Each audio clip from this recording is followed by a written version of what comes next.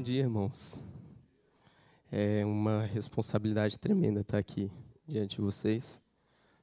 Meu pai está aqui e eu sempre ouvi meu pai falando que é uma responsabilidade grande porque a gente está falando com a noiva do Cordeiro, né?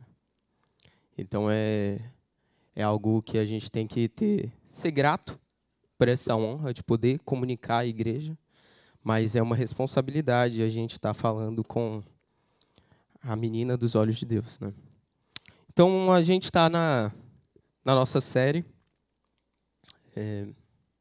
Desista do Controle, né? Uma exposição sobre o livro de Ruth, né? Hoje a gente vai dar foco na misericórdia de Deus, né? E como a misericórdia de Deus, ela está ali, né, permeando o livro de Ruth como um todo, na verdade, né? E antes de iniciar, antes de falar sobre o livro de Ruth, eu queria falar um pouco sobre Davi. Davi tem uma relação com Ruth. Ruth é a bisavó de Davi, né? Então eles têm uma relação direta. Mas não é exatamente sobre isso que eu quero falar. Mas sim sobre um episódio da vida de Davi. Davi cometeu um pecado, né? Davi não foi para a guerra, ficou no palácio. E ali ele adulterou, né? Pode-se dizer que ele estuprou Betseba e depois ele assassinou o marido dela. Então, o profeta Natã, ele chega até Davi e ele fala: Davi, eu vou te contar uma história. E é engraçada essa dinâmica, por quê? Porque Natã estava contando uma história para um maior poeta de Israel. Então, era como se ele estivesse ali oferecendo letra, oferecendo poesia para o cara que era o maior profeta de todos. E Davi ouve aquela história, né? Natã conta a história de um cara muito rico que tinha muitas ovelhas. E aí os amigos dele vêm e ele quer matar um cordeiro para oferecer para os amigos dele. E ele decide não matar as ovelhas dele. Ele decide matar a ovelha de um cara pobre, que só tinha aquela ovelha era de estimação, ele levava, ele cuidava dela. E esse cara rico vai e mata essa ovelha. E aí Natã vira para Davi e fala: o que você acha disso, né? Como você lidaria com esse homem? Que tendo muito, ele toma daquele que tem pouco. E aí o Davi fala: eu mataria esse cara, traga ele aqui no meu palácio que eu vou fazer justiça. E aí Natã fala: então esse cara é você. Então tem um problema quando a gente ouve as histórias da Bíblia e a gente não consegue se enxergar nas histórias da Bíblia. As histórias da Bíblia, elas não são para nós, para a gente olhar e, nossa, como a Bíblia é linda, como a poesia da Bíblia é maravilhosa. Tem esse aspecto? Tem. Mas a história da Bíblia, a narrativa bíblica, ela é sobre nós. Então, se a gente não consegue se ver nos personagens bíblicos, a gente acaba tendo uma visão errada e apontando: esse é o outro, esse é o de fora, esse é o pecador. Mas a Bíblia está mostrando que, na verdade, o pecador somos nós. Então, 70% da Bíblia é narrativa e poesia. Então, é importante a gente entender como que a narrativa bíblica ela acontece. E Ruth é um livro de narrativa. Tá? Então, é importante a gente ter essa consciência, porque o que a gente vai ver hoje é que nós, muitas vezes, estamos no lugar dos personagens do livro de Ruth. A primeira coisa que eu queria falar com vocês é a respeito da justiça e da misericórdia. Muitos cristãos eles têm um conceito equivocado sobre o que é justiça e o que é misericórdia. E alguns consideram que um é o oposto do outro, né? Então, quando Deus ele é bonzinho, então Deus age com misericórdia, né? E ele apacenta a ovelha, e ele cuida, né? E ele vai, sai das 99 e busca aquela que está perdida. Mas quando Deus está zangado, aí não, e Deus castiga, e Deus manda dilúvio e manda, né, fogo em Sodoma e Gomorra, né? Mas a primeira coisa é: a justiça não é o oposto da misericórdia, tá? Deus, ele é misericordioso e ele é justo ao mesmo tempo. São dois atributos de Deus. Uma coisa não está em oposição à outra. O Deus do juízo, o Deus da disciplina, é o mesmo Deus da misericórdia. Se nós lidamos errado com esses dois atributos, nós corremos um grande risco. Porque cristãos que amam a misericórdia e rejeitam a justiça, eles vivem de uma maneira irresponsável. Que eles acham que Deus ele é puramente misericórdia e ele vive como ele quer. Porque não, Deus é misericordioso. Né? Deus é misericordioso, nada vai acontecer. E cristãos que amam a justiça e não a misericórdia, eles vivem pelo medo de uma punição, e não por um amor e uma gratidão a Deus. Então a gente tem que entender, uma coisa não está em oposição da outra. Até porque a aplicação da justiça de Deus, a aplicação da punição de Deus, ela recaiu sobre Cristo. Então, logo a justiça de Deus, ela é para os seus filhos uma disciplina amorosa, uma disciplina que ensina, que é para o crescimento. Né? Então, Deus ele é tão justo quanto ele é misericordioso. São dois atributos dele. A justiça final de Deus recai sobre Cristo Jesus. Nós precisamos enxergar a justiça de Deus não apenas como punição ao pecado, mas como um instrumento de santificação em seus filhos. Né? Então, a gente veio falando sobre a justiça no livro de Ruth, e nós vamos falar sobre a misericórdia. Mas as duas coisas acontecem juntas, ao mesmo tempo, para a santificação ali de Noemi, para a santificação de Ruth. Então, só para a gente entender como a justiça de Deus e a misericórdia dele atuam juntos. Em Romanos 3, de 23 a 26. Pois todos pecaram e destituídos estão da glória de Deus, sendo justificados gratuitamente por sua graça, por meio da redenção que há em Cristo Jesus. Deus o ofereceu como sacrifício para propiciação mediante a fé pelo seu sangue, demonstrando a sua justiça. Em sua tolerância, havia deixado impune os pecados anteriormente cometidos. Mas no presente demonstrou a sua justiça, a fim de ser justo e justificador daquele que tem fé em Jesus. Então assim a justiça de Deus atua. Né? Deus é justo, mas ele é justificador de nós. Então, entendendo que justiça não é o oposto de misericórdia, então o que é misericórdia? E aí eu sou formado em letras e como um bom linguista que eu fui lá atrás, né, fui ver no dicionário a origem dessa palavra, né? E aí eu vi que tem duas origens que estão em concorrência, tá? Então tem duas formações dessa palavra que elas têm uma discussão acadêmica, né? Então eles dizem que podem vir das duas. As duas origens que eles trazem vêm do latim. Então a primeira diz que misericórdia é miseri, né, que tem o significado de pobres, e cors, coração. Então, o significado seria ter o coração voltado aos pobres. A segunda origem, o segundo significado aí do que seria misericórdia, vem da palavra miserere, que é compaixão, e cors, coração, então seria se compadecer do coração, compadecer-se do coração. Seria ter empatia. Né? Essas são as duas origens que estão em concorrência. Mas acontece que a gente tem um problema linguístico aqui. Que essas duas definições, elas até podem servir para ajudar a gente a entender o que é misericórdia. Então, a gente poderia entender que todos nós somos pobres diante de Deus. Né? Todos pecamos, todos estamos longe, precisamos desse ser maior, esse ser rico, né? Que ele tenha o seu coração voltado a nós para que a gente possa ter a remissão dos nossos pecados. Ou então entender que Deus ele precisa se colocar na nossa posição, né, para ele redimir nossos pecados. Então Jesus vem e se coloca em nosso lugar para a remissão dos nossos pecados. Mas qual é o problema?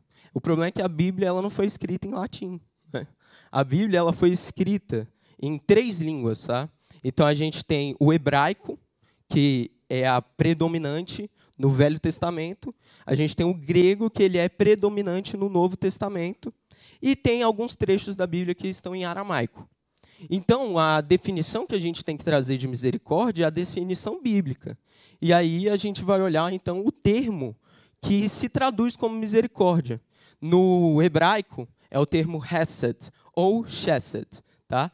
E aí você vê que a definição de misericórdia ela é muito mais ampla quando a gente pega esse termo em hebraico. A misericórdia ela é uma espécie de bondade, ela é a compaixão, a fidelidade, ela está relacionada com um amor que ele é leal. Né? A misericórdia ela é esse amor esponsal, ele está muito relacionado em vários trechos com a aliança que Deus fez com o seu povo. E ele pode representar a ternura de Deus para com a alma. Tem o termo grego equivalente, tá? E ele é equivalente, porque eles tentaram traduzir em grego o termo do hebraico, que é eléu. E algumas vezes aqui a gente vai ver essa misericórdia eléu, que é a mesma hesed, tá? O mesmo termo traduzido para o grego. E aí eu trouxe uma definição do Paul Miller, né? Essa definição eu encontrei no livro do Emílio Garofalo, sobre o livro de Ruth e sobre essa misericórdia, esse hesed de Deus. Algumas vezes, hesed é traduzida como amor constante. Ele combina compromisso com sacrifício. Hesed é amor unidirecional, amor sem estratégia de fuga. Quando ama com amor hesed, você se prende ao objeto de seu amor, não importa como ele responda.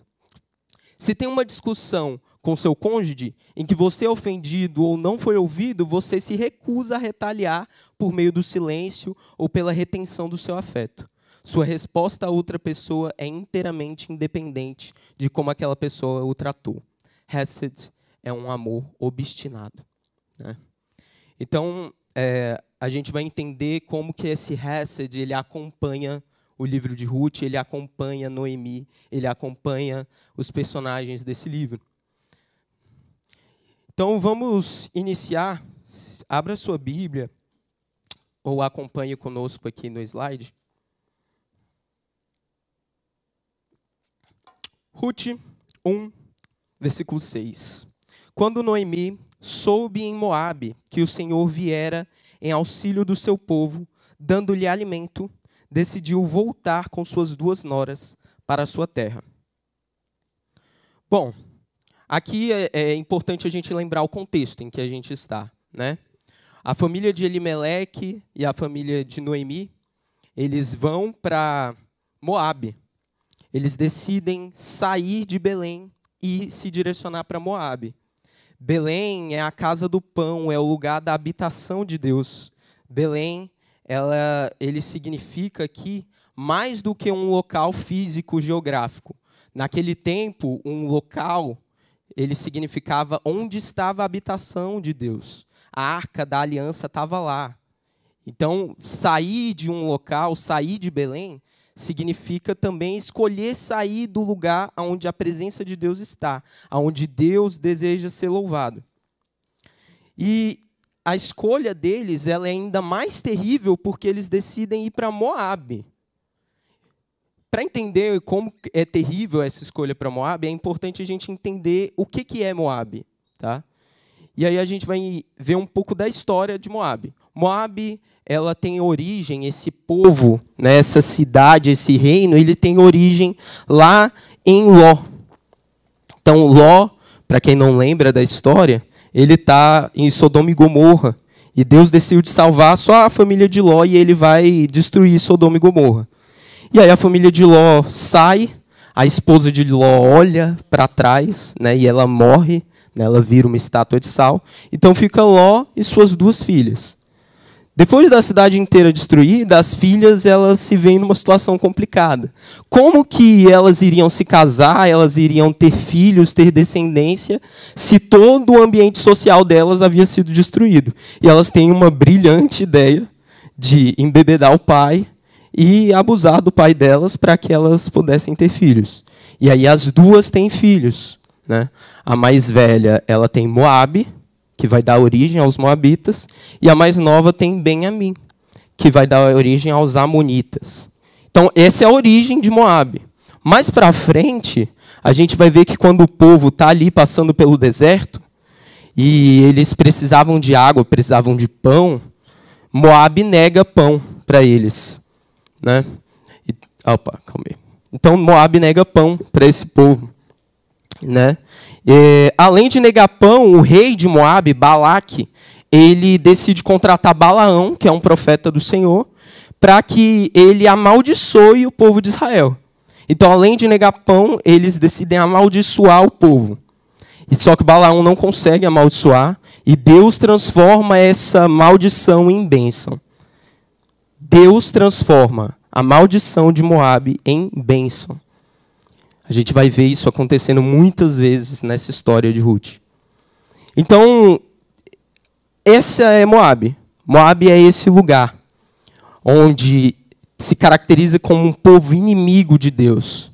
Moabe, na Bíblia, ele tem um significado pesado. Moabe, assim como Babilônia, assim como Roma, assim como o presente século, assim como este mundo, ele sempre carrega a inimizade com Deus. Então, quando Elimeleque sai com Noemi ali para Moabe, ele está tomando uma decisão terrível. E mais do que apenas se envolver e ir para esse lugar de inimizade com Deus, ele decide casar os filhos dele com moabitas.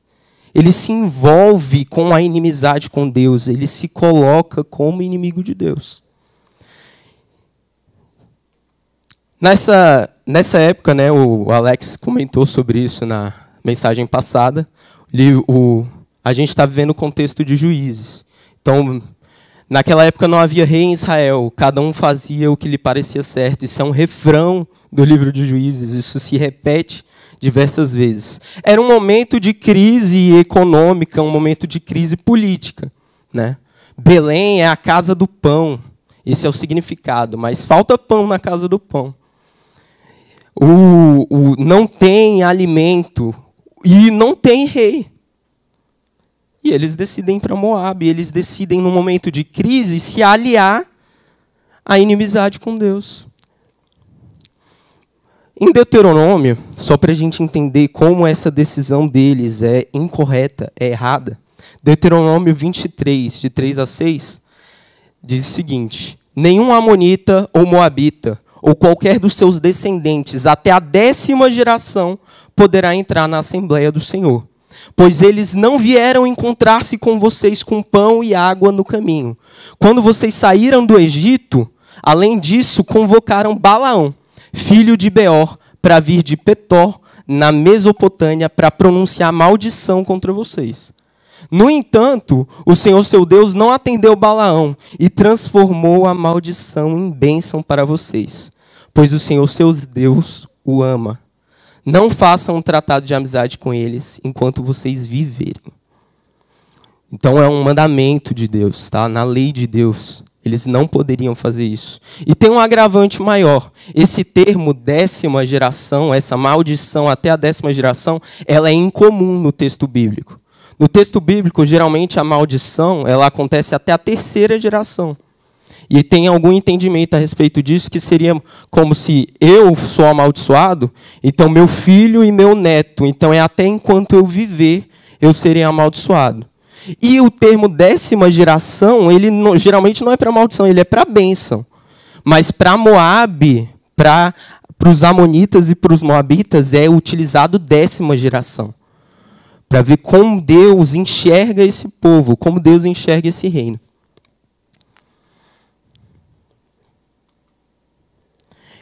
E aí, irmãos, muitas vezes a gente faz igual Noemi e Elimeleque. A gente decide num momento de crise econômica, num momento de crise política, a gente decide se aliar ao povo inimigo de Deus. A gente decide se colocar como inimigos da cruz de Cristo. A gente decide, em busca de riqueza, em busca de estabilidade, em busca de conforto, a gente decide se aliar a um povo que é inimigo de Deus. E aí você pode pensar, não, mas eu nunca fiz isso. Eu nunca me aliei a um povo que é inimigo de Deus. Eu vou para a igreja, eu venho aqui, eu canto as canções, eu ouço a mensagem, olha só, lá na bio do meu Instagram ainda tem, né? Servo de Cristo, né? Eu sou filho de Deus, cristão. E mais, né? Eu compartilho mensagens lá nos meus stories. Se você for ver, é só pastor pregando. É maravilhoso. E eu falo do amor de Cristo. Mas o que é ser inimigo de Deus? E aí em Filipenses, Paulo ele diz algo muito sério. Em Filipenses 3, 18 e 19, Paulo diz o seguinte: pois como eu já lhes disse repetidas vezes, e agora eu repito com lágrimas, há muitos que vivem como inimigos da cruz de Cristo. Então, no meio da igreja, tinha muitos que viviam como inimigos da cruz de Cristo. E o que é ser um inimigo da cruz de Cristo? Quanto a estes, o seu destino é a perdição. O seu Deus é o estômago. E eles têm orgulho daquilo que é vergonhoso. Eles só pensam nas coisas terrenas. O que Paulo diz para a gente é que um inimigo da cruz de Cristo, ele não é necessariamente alguém que foi para outra religião, alguém que abandonou o evangelho, alguém que não frequenta mais esse ambiente, que não faz as coisas que os cristãos fazem. O que ele diz é que um inimigo da cruz de Cristo é aquele que decide viver para si mesmo. É aquele que, quando olha as dificuldades, ele não pensa no que Deus quer. Ele pensa no que é bom para si. Isso é ser um inimigo da cruz de Cristo. É quando você tem o Deus como seu estômago. A fome, a dificuldade, ela te confronta e ela coloca sua fé em xeque. Quando isso acontece, você está demonstrando que você é um inimigo da cruz de Cristo. Deus tenha misericórdia de nós, que nós consigamos viver como amigos de Cristo e não inimigos. Que quando a dificuldade vier, a gente não tem a nossa fé abalada. E a gente não pense no que é melhor para nós. Mas a gente pense no que Deus quer para a gente.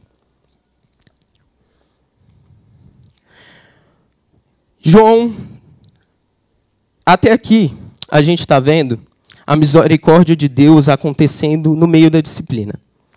Porque Deus poderia ter feito Elimeleque e Noemi prosperarem em Moabe. Mas ele não permitiu que eles prosperassem. E isso faz parte da misericórdia de Deus. Porque se Deus permite que nós nos alegremos em meio ao nosso pecado, nós teremos muita dificuldade de sair do nosso pecado. Então, o sofrimento, a crise, ela pode ser Deus tendo misericórdia de você. Deus fazendo com que a maldição que você escolhe para si mesmo, ela se torne em bênção para a sua vida. Então a misericórdia de Deus, ela, às vezes, ela precisa acontecer de uma maneira severa, para que a gente se volte para Ele. Então, Deus, além disso, Ele faz chegar aos ouvidos de Noemi, que Ele abençoou Belém. Deus derramou alimento sobre a casa do pão. E Noemi ouve isso. Deus abençoou o seu povo. Deus se lembrou do seu povo e Belém voltou a ser esse lugar de provisão. Será que Deus se lembra de mim? Noemi, ela decide então voltar para Belém. Porque ela soube que Deus se lembrou do seu povo. Se Ele se lembrou do seu povo, Ele pode se lembrar de mim. Então, agora o que a gente vai ver é que Noemi, ela toma a decisão correta. Ela decide, eu vou voltar para Belém, eu vou voltar para o lugar da habitação de Deus, eu vou voltar para o lugar da adoração de Deus.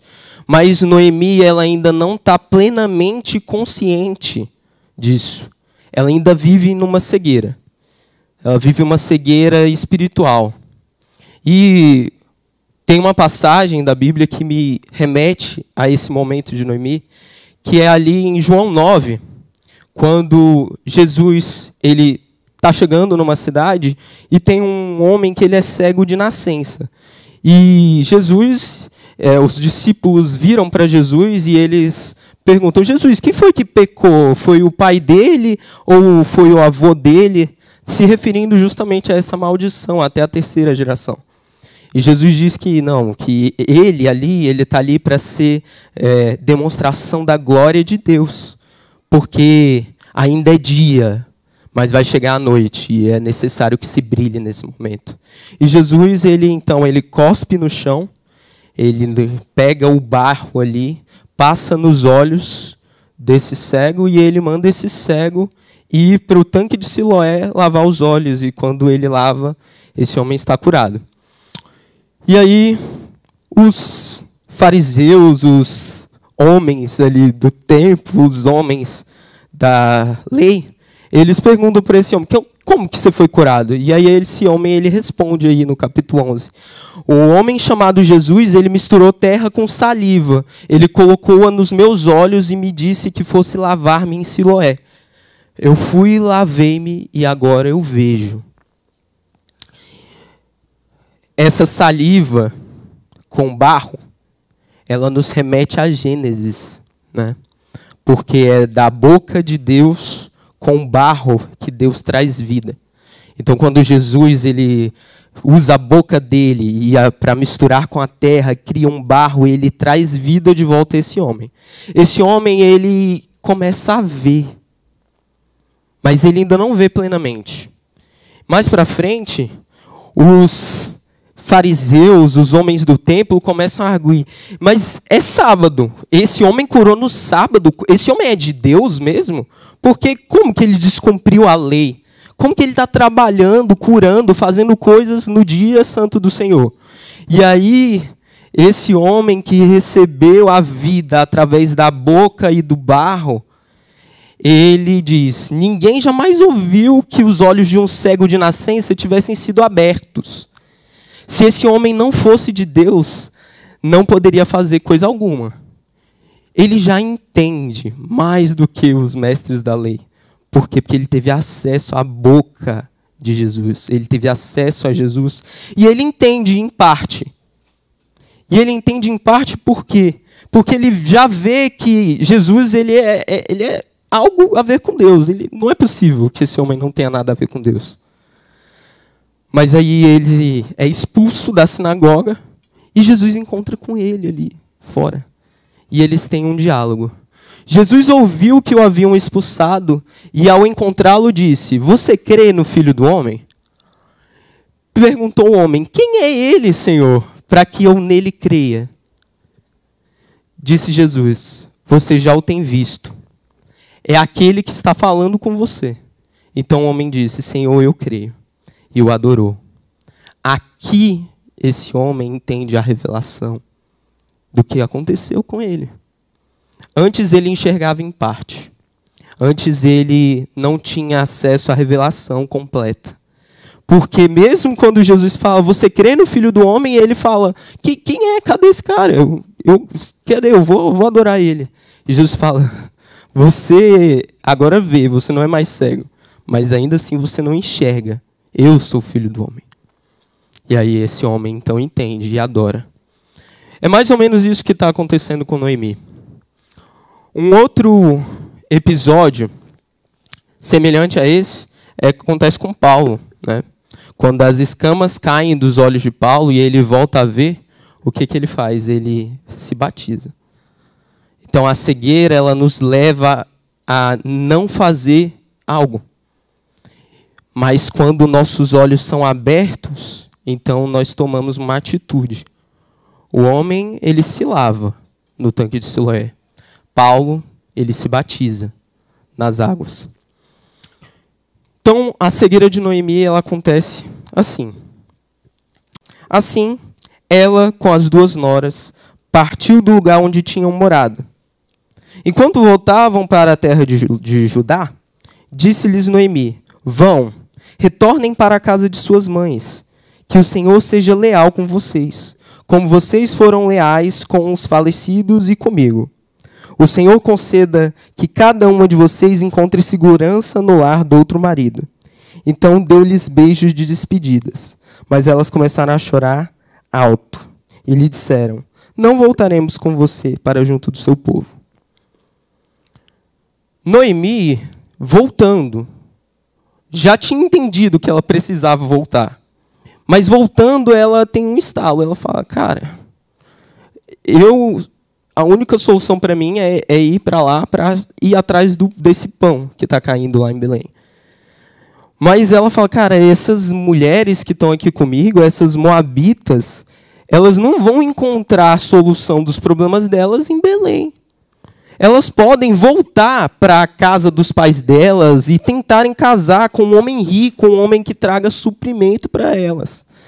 Elas podem tentar encontrar a graça e a misericórdia de Deus em um marido bom. Elas podem fazer isso. A situação delas permite que elas façam isso.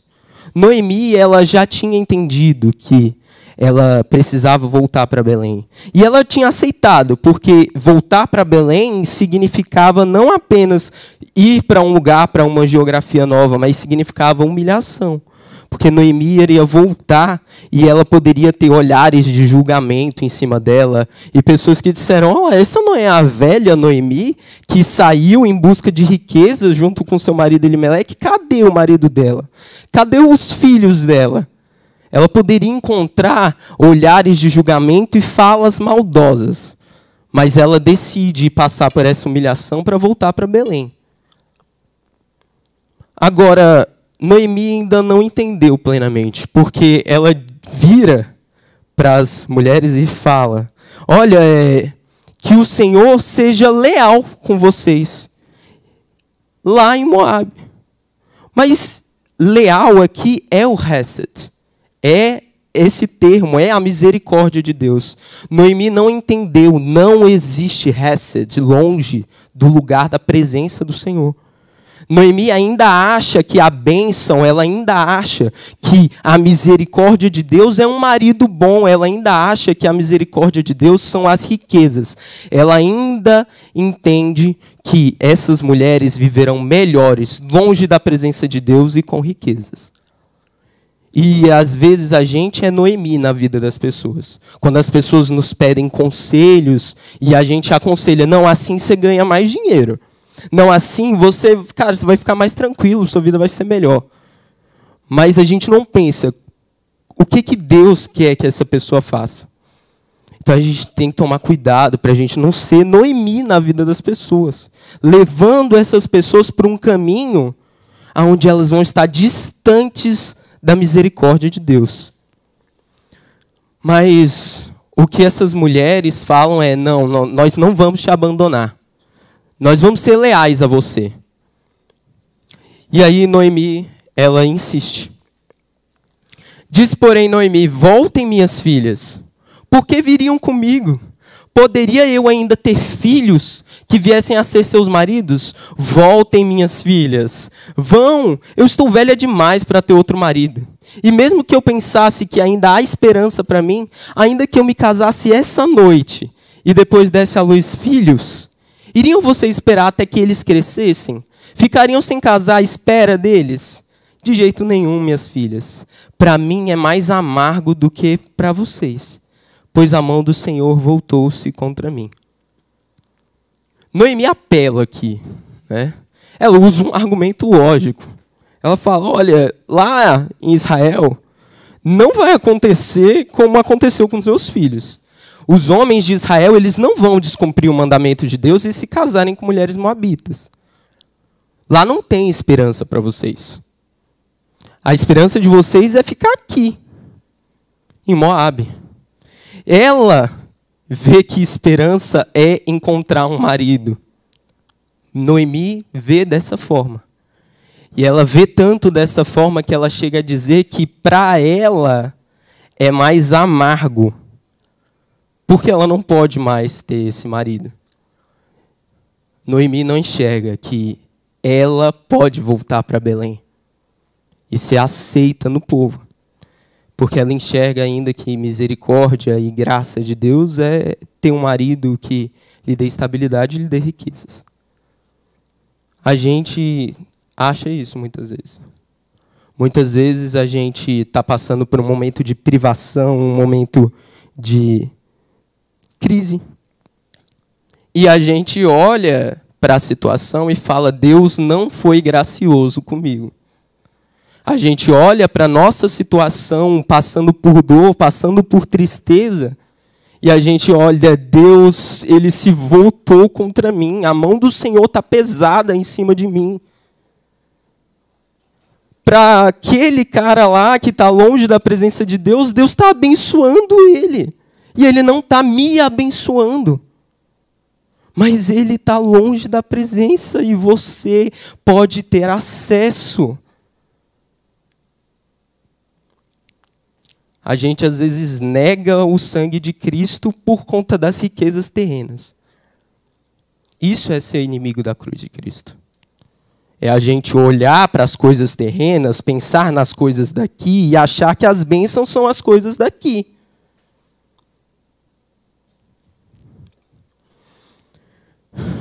Ruth apela para a razão. Acontece que o evangelho ele não é racional. O evangelho ele é loucura. Quando alguém tenta entender o evangelho de maneira racional, ele não consegue. Ele só consegue através do Espírito. Como que a gente pode entender um homem que vira a própria face para o outro bater? Como que a gente pode entender alguém que ama os inimigos? Não é racional. Se Noemi tenta apelar para o racional, acontece que o evangelho não é racional. Ele não se dá às nossas elucubrações humanas. O evangelho ele precisa de hesed, de misericórdia para que nós entendamos ele. Então, elas começam a chorar alto de novo. Depois, Orfa deu um beijo de despedida em sua sogra, mas Ruth ficou com ela. Então Noemi a aconselhou: veja, sua concunhada está voltando para o seu povo e para o seu Deus. Volte com ela. Orfa foi convencida pelo argumento racional de Noemi. E aqui é o momento mais triste do livro de Ruth. Porque Orfa, ela desaparece da história. E ela não desaparece só da história do livro. Orfa desaparece da história da redenção. Orfa não é mais citada. Porque ela ouve o argumento racional. Ela ouve aqueles que falam: olha, não seja idiota. Ninguém aqui declara imposto. Olha, não seja maluco. Vá atrás dos seus direitos. Ela ouve a razão. E a gente não pode ser a boca da razão. A gente tem que ser a boca do evangelho. E Orfa some da história. Porque ela escolhe a porta estreita. Ela escolhe a porta larga. Porque a porta estreita era difícil de passar. Ela escolhe o caminho largo, porque o caminho apertado era difícil demais. Muitos vão fazer assim. Muitos vão pelo caminho largo, que é mais fácil. Mas quando escolhemos o caminho largo, nós saímos da história da redenção. Talvez Noemi estivesse correta mesmo.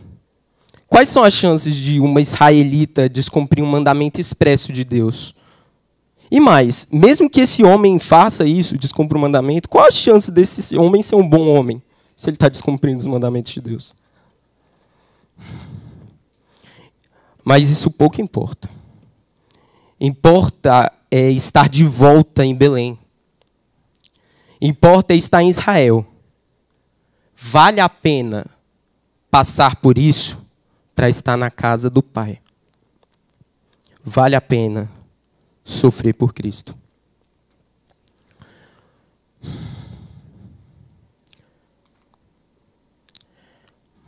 Jesus, em Mateus 7, Sermão do Monte, ele nos adverte: entrem pela porta estreita, pois larga a porta, amplo é o caminho que leva à perdição, e são muitos os que entram por ela. Como é estreita a porta e apertado o caminho que leva à vida, são poucos que a encontram. Aqui, Orfa não encontra. E agora a gente vai ler uma das declarações mais maravilhosas, lindas e retumbantes de toda a história da humanidade. A gente vai ler uma declaração que ela está ecoando ainda, porque ela é profunda em muitos níveis. Muita gente usa essa declaração para casamento, né? É uma declaração bonita mesmo para o casamento. Mas a gente esquece que não é casamento que está rolando aqui. A gente está vendo uma declaração de uma nora para sua sogra. Então, vamos ler essa declaração linda. Ruth, porém, respondeu: não insistas comigo que te deixe, que não mais te acompanhe. Aonde fores, irei. Onde ficares, ficarei. O teu povo será o meu povo, e o teu Deus será o meu Deus. Onde morreres, morrerei, e ali serei sepultada. Que o Senhor me castigue com todo rigor, se outra coisa que não a morte me separar de ti. Essa declaração de Ruth, ela pode parecer uma declaração suicida, e não é isso que Ruth está dizendo. O que Ruth está dizendo não é: se você morrer, eu vou me matar. O que ela está dizendo é: se onde você morrer, o local que você morrer, mesmo que passe 50 anos, eu vou morrer ali naquele local. E por que ela está relacionando o local? Porque ela quer ir de encontro ao povo de Deus. De alguma forma misericordiosa, Deus encontra Ruth. Deus fala com Ruth. Eu não sei se talvez os filhos, talvez Elimeleque, ou talvez a própria Noemi já tivesse falado a respeito do Senhor. E a graça dele, a misericórdia dele encontra Ruth. Essa declaração de Ruth, ela não é simplesmente uma declaração de lealdade a Noemi. O que ela está dizendo é: Noemi, o seu Deus é o meu Deus. É um compromisso religioso. O que ela está dizendo para Noemi é: Noemi, eu quero o seu povo. Eu quero o seu Deus. Isso aqui é conversão. É isso que está acontecendo com Ruth aqui. E é tão maravilhoso porque não teve um apelo para Ruth. O que teve foi o oposto. Ela foi convidada a abandonar. Ela foi convencida com argumentos lógicos. Olha, não vai ser bom para você. Mas ela falou: não importa. Eu quero esse Deus, eu quero esse povo. E olha só. Não é do israelita que vem essa declaração. Não é do povo de Deus. Essa declaração vem de uma moabita. Essa declaração vem de um inimigo de Deus. Mas todos nós somos inimigos de Deus. Todos nós já estivemos nessa posição de ser um inimigo de Deus. E essa declaração de Ruth, ela é o evangelho falando para nós: olha, você pode ter feito o que você fez. Você pode ter nascido no lugar onde você nasceu. Você pode ter feito as coisas mais terríveis e as atrocidades que alguém pode imaginar, que alguém pode pensar. Mas tem graça e misericórdia que Deus oferece a vocês. O que está acontecendo aqui com Ruth é que é o cumprimento do que Deus fala para Abraão: olha, através do seu povo eu vou abençoar todos os povos da terra. Até aqueles que escolheram estar em maldição contra Deus. O que está acontecendo aqui com Ruth é o prenúncio do Messias, é o prenúncio do Cristo que vai ser imolado no nosso lugar. O que está acontecendo com Ruth é que ela decide deixar de ser uma inimiga de Deus.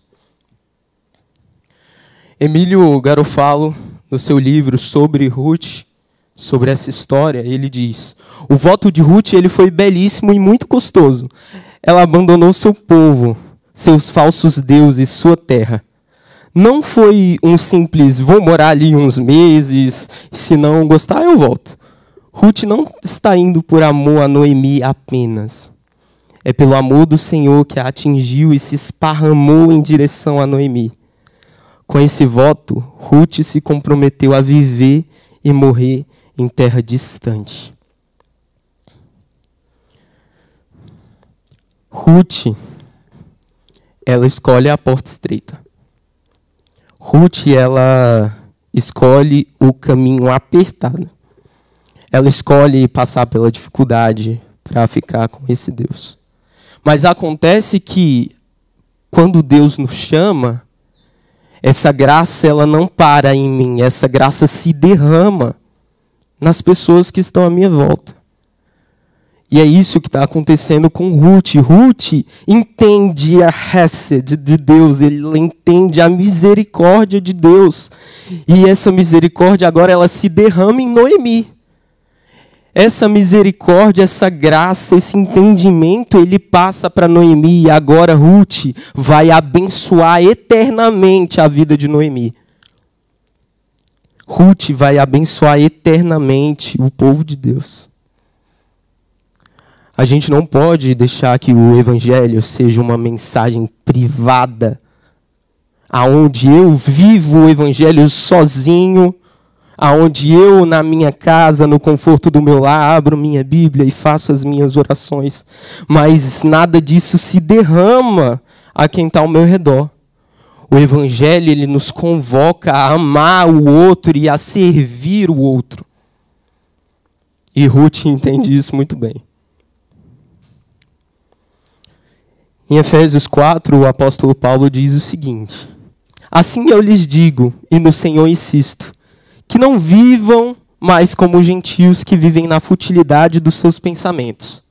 Eles estão obscurecidos no entendimento e separados da vida de Deus, por causa da ignorância em que estão, devido ao endurecimento dos seus corações.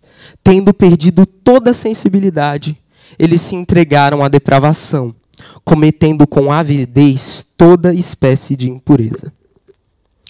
O que Paulo está dizendo é que, quando a gente está voltado para os nossos pecados e só pensando em nossa amargura, a gente não consegue ter sensibilidade e ver como que Deus se manifesta ao nosso redor.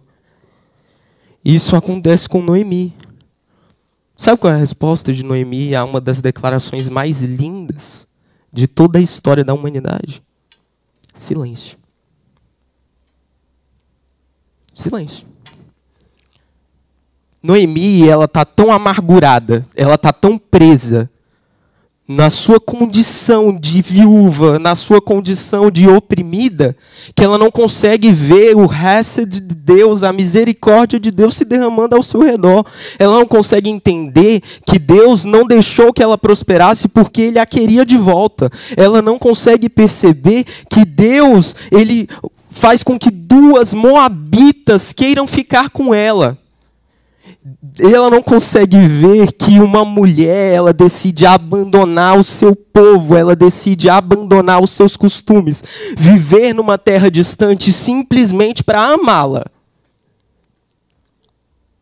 Se a gente continuar olhando para dentro de si mesmo e pensando nas nossas dores, nas nossas angústias, no que eu estou sofrendo, a gente nunca vai entender a bondade de Deus que se derrama ao nosso redor. Abra os olhos. Deus já é bom. Ele sempre foi bom. Mesmo em meio à dor, mesmo em meio ao sofrimento, Deus sempre foi bom. Agora, se a gente ficar preso nas nossas futilidades, nos nossos pensamentos, se a gente só ficar pensando naquilo de ruim que acontece nos meus pecados, a gente nunca vai ter sensibilidade de entender o que Deus está fazendo. E o caminho que acontece é que a gente se volta para a impureza. E quando a gente está sofrendo e quando a gente está passando por angústia, a gente é capaz de fazer tudo. Qualquer tipo de impureza, qualquer espécie de pecado, porque a minha dor me justifica. Não, eu falei assim porque eu estou magoado, eu estou chateado, eu estou triste. E a gente se permite, na nossa tristeza, inferir as pessoas que estão ao nosso redor.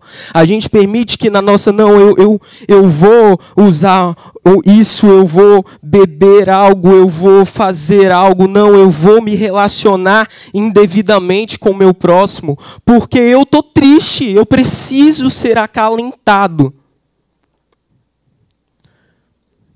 E aí, quando Deus se manifesta com bondade, a gente olha para isso e a gente se cala. Não, tá bom. Tudo bem, Deus. Eu sei que você é bom. Mas dentro de si, você amaldiçoa Deus. E você se sente amaldiçoado. Quando Noemi viu que Ruth estava de fato decidida a acompanhá-la, não insistiu mais. Essa é a resposta de Noemi. Silêncio. Prosseguiram, pois, as duas até Belém. Ali chegando, todo o povoado ficou alvoroçado por causa delas. Será que é Noemi? Perguntavam as mulheres. Mas ela respondeu, não me chame Noemi. Melhor que me chamem de Mara, pois o Todo-Poderoso tornou minha vida muito amarga. De mãos cheias eu parti, mas de mãos vazias o Senhor me trouxe de volta. Por que me chamam Noemi? O Senhor se colocou-se contra mim. O Todo-Poderoso me trouxe desgraça. É assim que Noemi se enxerga. Amaldiçoada. De mãos vazias. Ela não vê a misericórdia de Deus. Ela não vê. O que ela vê é Deus matou meu marido e Deus matou meus filhos. É isso que ela acha que aconteceu com ela. O Todo-Poderoso me trouxe desgraça. E muitas vezes, na história bíblica, isso acontece também com outros personagens. Eu me recordo agora de Sara.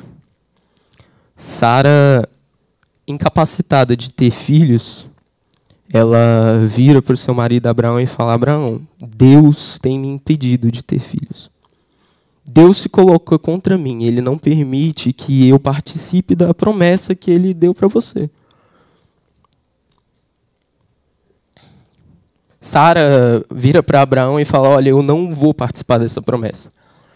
Então ela oferece a serva dela, Agar, para que Abraão se relacione com ela e que ele participe da promessa sozinho.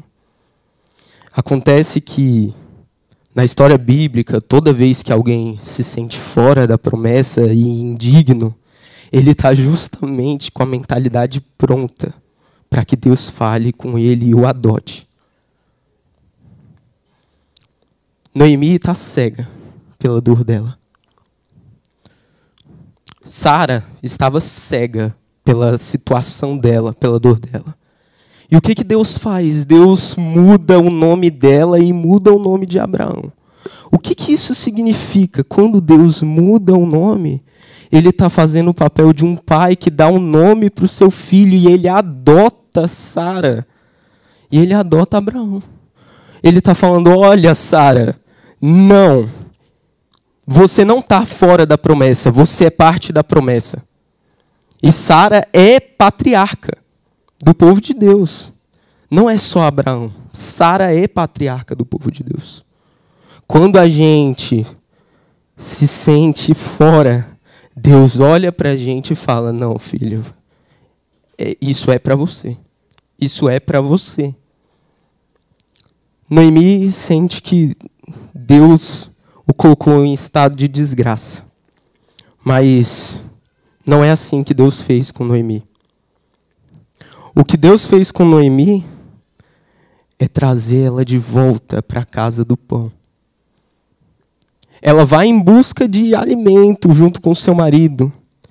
E lá ela sofre o que ela sofre. Mas Deus, em sua misericórdia infinita e sem fim, Ele transforma essa maldição, que não foi Ele que deu, foi eles mesmos que escolheram e se colocaram na posição de amaldiçoados. E Ele traz ela de volta e fala: filha, vem para a casa do pão. Filha, tem alimento aqui. Esse é Deus conosco. A gente tenta a vida longe de Deus, a gente tenta ganhar o mundo e perdendo assim a nossa alma. A gente tenta, não, eu vou dar um jeito, eu vou conseguir, é na força do meu braço, eu vou atrás e eu vou fazer, eu vou realizar e eu vou ser abençoado pelas minhas mãos. E o que Deus está falando, não, você vai ser abençoado pelas minhas mãos. É nas mãos de Deus que a gente tem que procurar a bênção. E não nas riquezas, e não lá fora. Mas Noemi ainda tem uma teologia melhor do que muitos de nós. Ela ainda assim, ela entende que, olha, foi Deus que fez essa situação toda. Ela ainda entende que Deus é soberano. Porque às vezes a gente nem entende que Deus é soberano. A gente olha para as situações e fala: Deus perdeu o controle, não é possível que isso venha de Deus. Não é possível que Deus está olhando para mim. Deus não olha para mim. Noemi sabe que Deus tem o dedo dele nessa história. Deus é soberano, Ele não se esquece de nós. Não tem um fio de cabelo seu que Ele não conheça. Não tem uma folha que cai e que Deus não permita. Deus, Ele é soberano sobre a nossa história também. Aqui tem um elemento muito interessante, que é o povo. O povo, ele fica em alvoroço quando ele vê Noemi. Olha, Noemi. Mas ela tá velha, né? Será que é ela? E é ela. Mas cadê o marido dela? Cadê os filhos dela? Cadê? Noemi não tinha ido atrás de riqueza? Cadê a riqueza? Ela está sem nada. E a gente não vê o povo sendo o povo de Deus. Como que é a gente? Quando alguém que está amargurado, alguém que está triste, que está depressivo, alguém que comete pecados e se coloca em posição de maldição, ele se volta para nós, igreja. Como que a gente reage quando essas pessoas chegam? A gente recebe elas? A gente abraça e a gente faz o papel de igreja, que é ser mão do Senhor, curando, abençoando e trazendo alento para elas? Ou não? Ou a gente olha de longe desconfiado, será que se arrependeu mesmo? Porque a verdade é que Noemi não se arrependeu ainda. Noemi nem entendeu ainda. Ela acha que é riqueza, ela acha que é pão, ela não entendeu que é presença de Deus. E as pessoas chegam assim. É assim que as pessoas chegam. Elas vêm atrás de outra coisa. Mas qual é o nosso papel? É abençoar, é receber. Esse é o papel da igreja do Senhor. Como nós temos sido povo e recebido aqueles que vêm feridos, amargurados, sujos dos pecados, adúlteros que se colocam como inimigos de Deus. É a condição deles, mas o nosso olhar é o olhar de Deus e a nossa mão é a mão de Deus, abençoando, curando e trazendo para perto. Esse é o nosso papel, essa é a nossa função. Ser mão de Deus aqui na terra.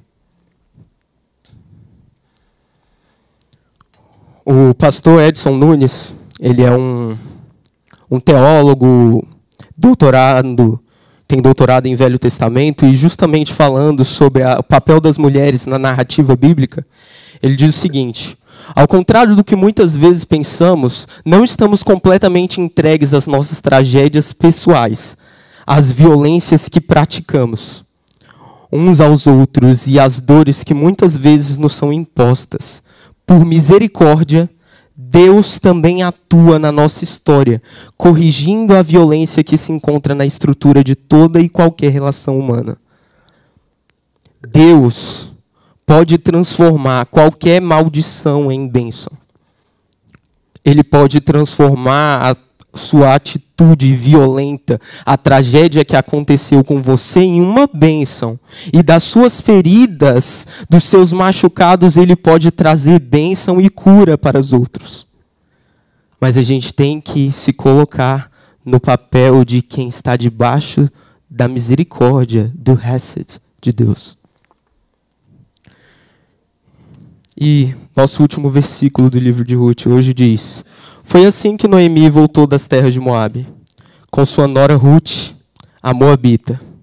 Elas chegaram a Belém no início da colheita da cevada. Ruth chega apaixonada por Deus, apaixonada pelo povo. Noemi chega amargurada, depressiva, completamente entregue aos seus próprios pensamentos tristes. Quem somos nós diante de Deus? Ruth, olhando para o Deus misericordioso e disposto a passar por todo e qualquer sofrimento para estar na presença de Deus, ou Noemi, que quer estar diante da presença de Deus porque quer o pão. E Deus tem pão. Deus tem pão. Mas o pão não se compara com a presença de Deus. E a colheita anuncia: Deus tem algo novo para a vida dessas mulheres. A colheita é o momento que Deus escolhe para mudar a história dessas mulheres. E não só mudar a história delas, mas mudar a história do mundo todo. John Piper, ele nos diz: o que Noemi diria se pudesse ver apenas uma fração das milhares de coisas que Deus estava fazendo no meio das amargas providências que ela estava experimentando? O que ela diria se soubesse que parte do que Deus estava fazendo era construir uma genealogia para o Messias que salvaria o mundo, incluindo uma gentia moabita? Ruth aparece como uma descendente do próprio Cristo. Como ela interpretaria os fatos que se passaram com ela se soubesse que Ruth daria luz ao menino que seria avô do maior rei de Israel, Davi? E que este seria o antepassado dos reis, Jesus Cristo, Senhor, Filho de Deus. Às vezes o nosso sofrimento, a nossa história de dor, ela é para nos levar para Deus guiar uma história mais bela e mais infinitamente misericordiosa.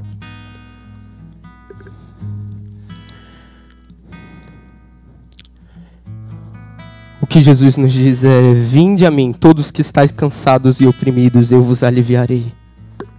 A gente acha que o alívio é parar de sofrer.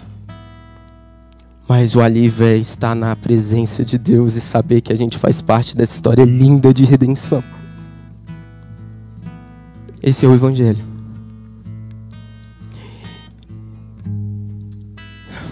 Jesus ainda nos convida: bem-aventurados misericordiosos, pois obterão misericórdia.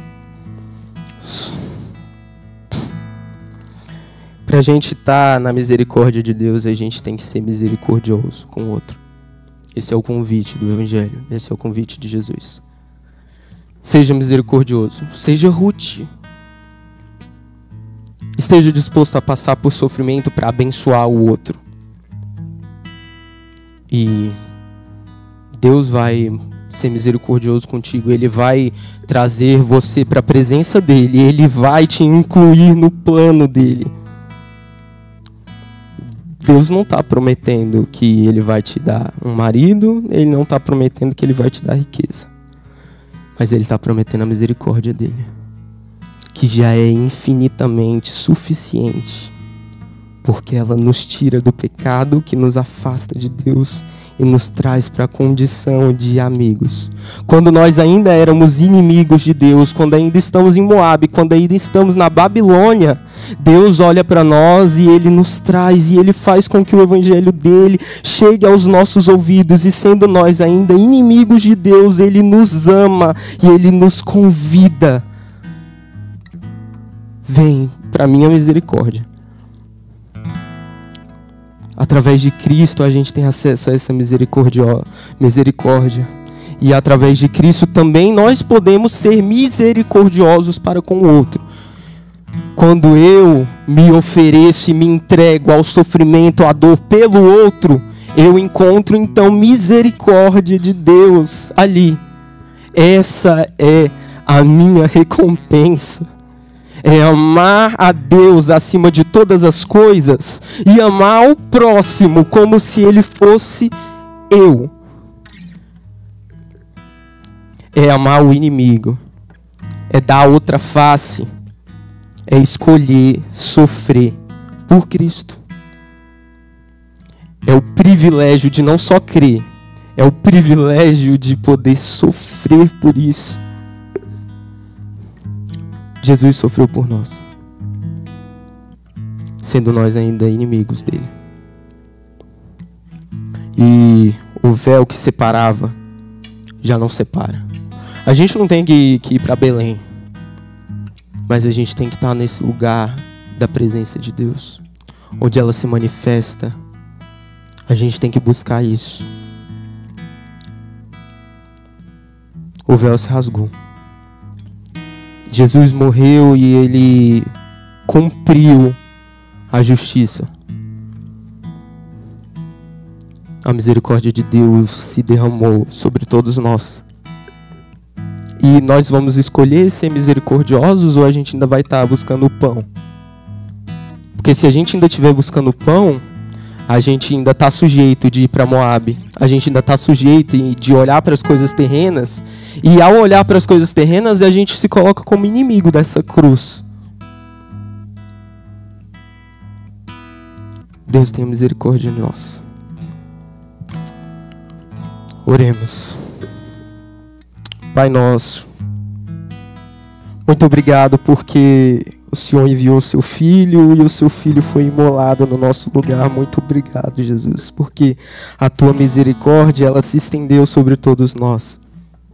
E o que o livro do Ruth nos traz é que até os inimigos de Deus são chamados para dentro da presença. E nós somos inimigos. Pai, nos perdoa, Pai, porque nós olhamos para as coisas dessa terra. Nos perdoa, Pai, porque quando a dificuldade vem, quando o sofrimento vem, eu me pego olhando para mim mesmo e eu me pego me sentindo desgraçado e amaldiçoado. E eu não olho para a sua presença, Pai. Pai, me perdoa. Me faz olhar para Cristo, me faz lembrar de Cristo e que Ele foi propiciação dos nossos pecados e Ele derramou misericórdia através do seu sofrimento. E me ajuda a ser misericordioso como Cristo e me colocar nesse papel e nessa função daquele que sofre para abençoar os outros. Nos ajuda, Deus. Nos ajuda, Pai. Só queremos olhar para Ti. Em nome de Jesus, amém.